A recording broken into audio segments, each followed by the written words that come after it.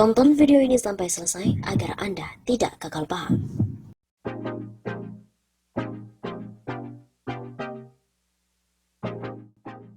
Jokowi adalah presiden tersukses dunia akhirat, ekonomi meroket dan bebas korupsi. Aktivis politik Rahman Simatupang menyindir Joko Widodo dengan sebutan presiden paling sukses dunia akhirat. Jokowi merupakan presiden sukses dunia dan akhirat, begitu katanya, dikutip dari redaksi Suara Nasional pada 24 April 2020.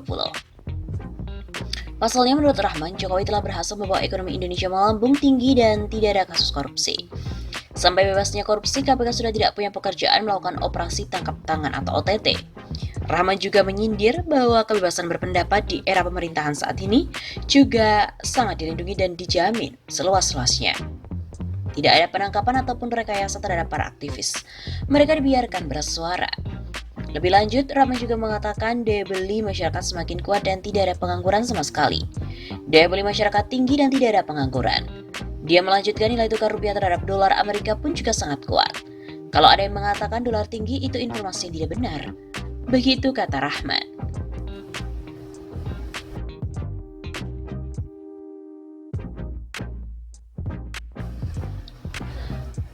Presiden Joko Widodo dulu pernah menargetkan pertumbuhan ekonomi Indonesia mencapai 7%. Target tersebut ternyata tertuang dalam RPJMN 2015-2019 saat pemerintahan Jokowi didampingi oleh Yusuf Kala sebagai Wakil Presiden RI. Dengan berbagai kebijakan, pertumbuhan ekonomi diperkirakan meningkat tajam sejak tahun 2016 menjadi 7,1% pada tahun 2017 dan terus meningkat pada tahun 2018 dan 2019, masing-masing sebesar 7,5% dan 8%. Demikian tertuang dalam RPJMN 2015-2019. Sayangnya target itu meleset. Jangankan ekonomi tumbuh 7%, untuk keluar dari rata-rata 5% saja masih sulit sampai sekarang. Target pertumbuhan ekonomi RI meleset lagi dan tahun 2019 kemarin, pemerintah memprediksi ekonomi hanya tumbuh 5,3%.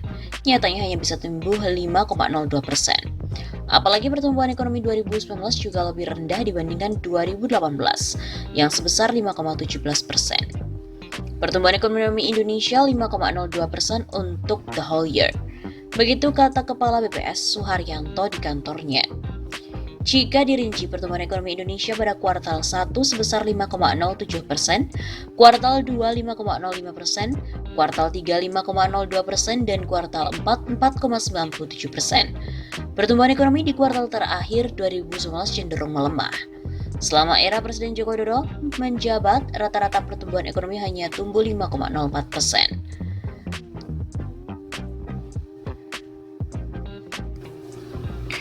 Tak hanya janji Jokowi tentang ekonomi meroket 7%, dia pun juga berjanji akan mengejar angka kemiskinan menjadi 0%. Bahkan hal ini juga dikomentari oleh Ketua DPP Partai Gerindra Iwan Sumule yang menyoroti target Presiden Joko Widodo yang akan menurunkan angka kemiskinan ekstrim menjadi 0%.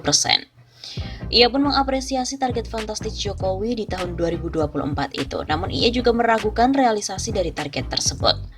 Pasalnya pada janji Jokowi di periode pertama, Jokowi juga memastikan ekonomi Indonesia ini meroket dan pertumbuhan ekonomi mencapai 7%. Namun apa nyatanya, hal tersebut berbanding terbalik dengan kenyataan yang terjadi. Sambungnya juga justru ekonomi malah nyungsep dan pertumbuhannya jauh panggang dari api dengan apa yang ditargetkan. Malah nyungsep dan pertumbuhannya di bawah 5%. Karena itu ia pun tak ingin target kemiskinan 0% juga sama nasibnya dengan janji ekonomi meroket yang sebatas bualan saja. Lalu sekarang ia bikin target lagi di 2024 kemiskinan jadi 0.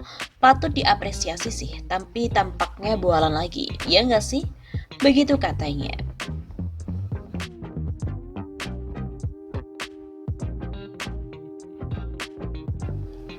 Pengamat politik dari Universitas Pelita Harapan, Emrus Yambi juga melihat apa yang disampaikan dengan Jokowi perihal target kemiskinan 0% di 2024 ini hanyalah sebuah angan dan juga cita-cita belaka. Menurut pandangannya, itu hanya satu dream dan juga cita-cita. Emrus juga menilai, jika Jokowi mampu mewujudkan janji ini, maka akan dikenang dengan kenangan baik dari masyarakat kepada Presiden 2 periode itu. Sebaliknya, jika gagal terwujud, maka rakyat akan ramai mencatat cita-cita itu hanya utang janji. Ia menyampaikan target 0% kemiskinan di 2024 dirasa sangat sulit untuk diwujudkan. Bahkan di negara lain pun kemiskinan tetap ada dan tiada yang mencapai 0%. Untuk diketahui, Jokowi sempat menyebutkan target zero kemiskinan ekstrim atau penduduk sangat miskin di Indonesia pada 2024 mendatang. Jokowi juga memerintahkan jajarannya di Kabinet Indonesia Maju untuk membuat sejumlah program untuk mengentaskan kemiskinan ekstrim demi merealisasikan target tersebut. Ia meminta agar program yang dibuat juga tepat sasaran. Ada-ada aja Jokowi ini.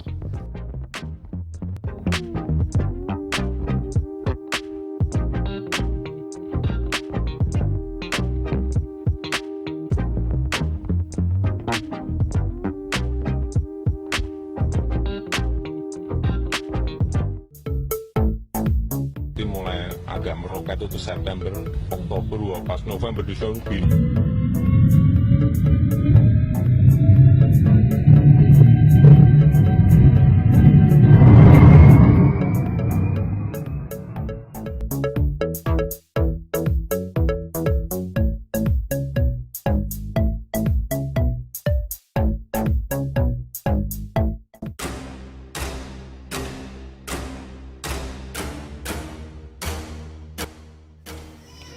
Inilah kehebatan dia. Masih inget nggak? Awal dulu jadi presiden di tahun 2014, apa sih keluar-keluar presiden saat ia merasakan kursi empuk istana? Saya optimis pertumbuhan Indonesia nanti di akhir periode saya memimpin akan tumbuh 7%. Namanya target mah sah-sah aja. Dia omong sampai 10 atau 100 kali pun juga nggak bakalan masalah. Yang jadi masalah, dia ngomong udah ngukur badan apa belum? Udah ngaca dan lihat ngadep mana, belah rambut apa belum? Lah ini, mandi belum, gosok gigi belum, sarapan belum, udah keluar-keluar kalau bakalan nyampe 5 menit lagi dengan bahasa khas, OTW. Di lokasi yang jaraknya 1 jam dari rumah dia. Lah bangsat kan? Keluar-keluar pertumbuhan 7% adalah iming-iming lelaki hidung belang kalau menggoda janda kembang. Apalagi sampai meyakini bulan September bakal meroket. Meroket apaan? Dah September keberapa ini Bambang?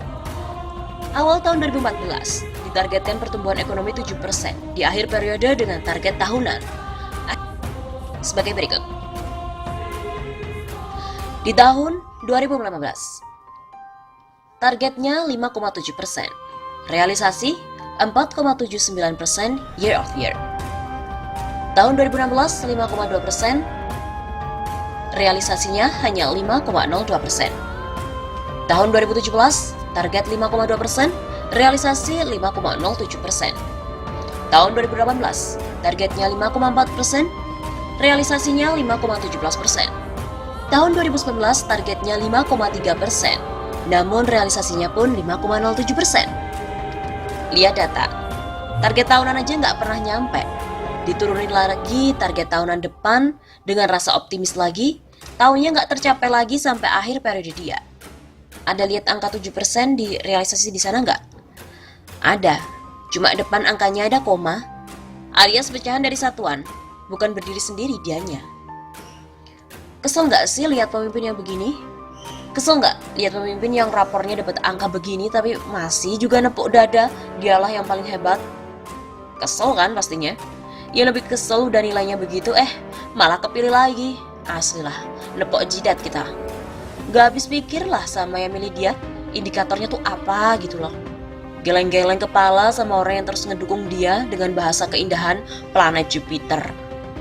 Kalau milih gubernur gak masalah sih, dia hanya ngandelin daerahnya, ya berdasarkan persamaan suku dan ras. Tapi ini negara, ada saya, dia, dan kalian di sana. Wajar kan kalau kita terus kritik dia? Ini bukan karena benci, tapi karena mencintai negeri ini. Dia mah gak ada apa-apanya. Sekarang di periode keduanya, esok menjelang, apa kata dia mengenai target pertumbuhan ekonomi yang dulu dia yakini mampu dan ditanyakan lagi sama wartawan saat ini? Udah gak penting lagi mengejar pertumbuhan ekonomi 7%. Lah, kenapa sekarang dia berucap gitu? Karena dia dah bilang bahwa periode kedua ini gak ada beban. Saat mengucapkan gak peduli lagi sama pertumbuhan ekonomi. Kita mau bilang apa lagi? Toh dia dah jadi pemenang kan sekarang? Mau diprotes juga dia gak peduli.